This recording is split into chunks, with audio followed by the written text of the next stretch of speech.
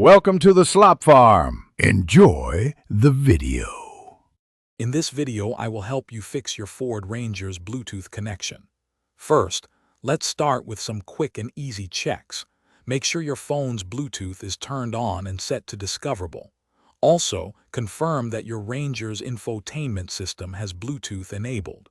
Sometimes, another device might be connected, preventing your phone from pairing.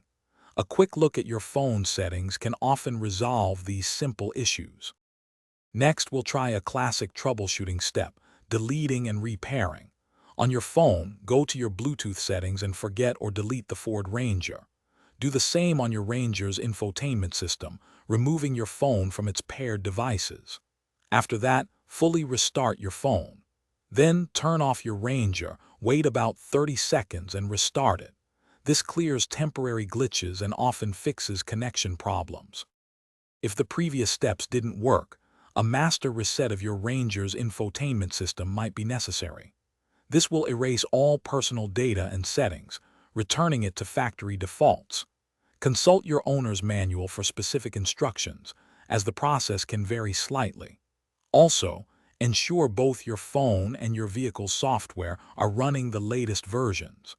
Updates often include bug fixes that can improve Bluetooth stability and performance.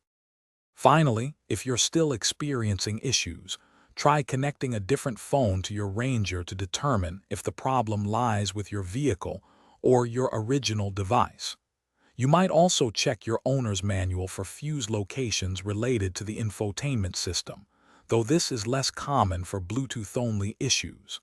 If all else fails, it's best to contact a Ford dealership. They have specialized diagnostic tools to pinpoint and resolve more complex electrical or software problems.